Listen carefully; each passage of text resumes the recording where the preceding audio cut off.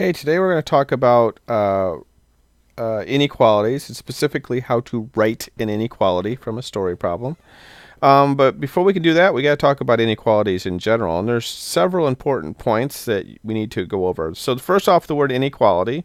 The prefix in always means not. This comes from English.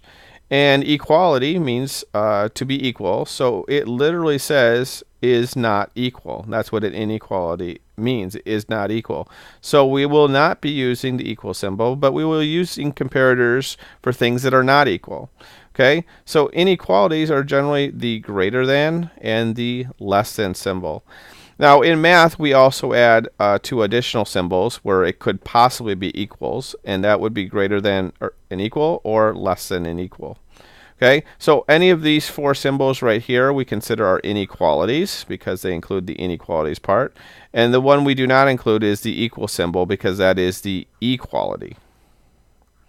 And we've already practiced with the equality. That's where we get the word equation from. Okay, so if it's an equation, you should be using an equality. And for the inequalities, we'll use the inequality symbols. Now, in the past, I have known that you don't spend a lot of time worrying about which of these is which. It is very important to know which symbol is which. In math, we read left to right. So you must read the symbol left to right. So for instance, if I said 2 and a 3, you would put this symbol in between because you know that the 3 is bigger than the 2 and it opens towards the 3. But this is not the same as saying that 3 is greater than 2 because we are reading left to right. Left to right, we say 2 is less than 3. So this symbol is less than. And it is only less than because we're reading left to right. If you want to read it backwards, then you should write it backwards too. And I could compare 3 and 2, in which case, again, it opens towards the bigger one. So this is also correct.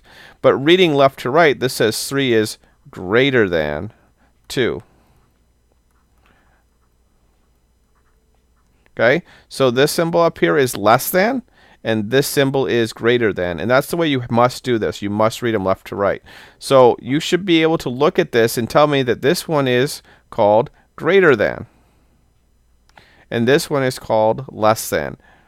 And if you're not good at that, you need to practice. And the only difference between the top two and the bottom two is this little extra line. This little extra line means or equal to. So anytime you see the little extra line, it means or equal to. So this symbol is greater than or equal to. And the symbol over here on the right is less than or equal to. And this one over here was greater than or equal to.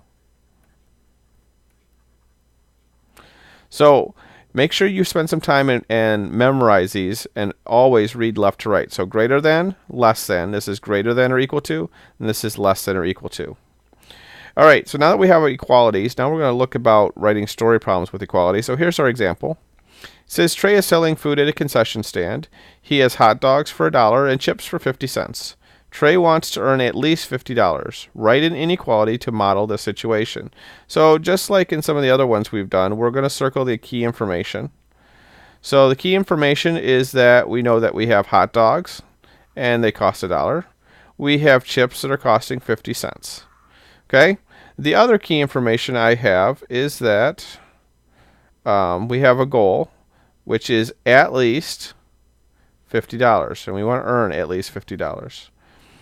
Okay, so additionally, I'm going to underline this word at least because this is a really important keyword. But before we spend too much time, let's look at the directions. The directions say we're going to write an inequality to model the situation. So I want an inequality that models this one. And the keyword that was in here earlier is earning. So we're going to be talking about money. So make sure everything we write has to deal with money. So let's go back and talk about this word at least. This word at least means that this is going to be an inequality.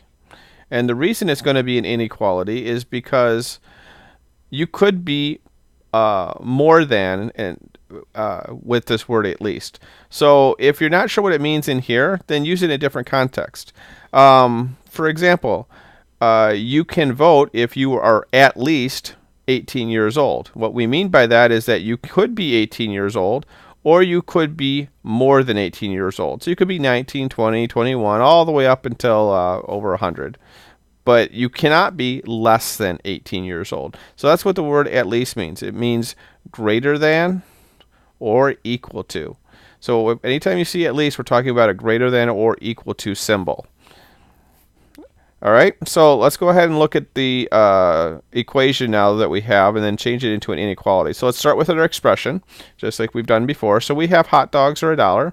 So I want to know cost. So if I first have to define my variables, so let's go ahead and use H for hot dogs.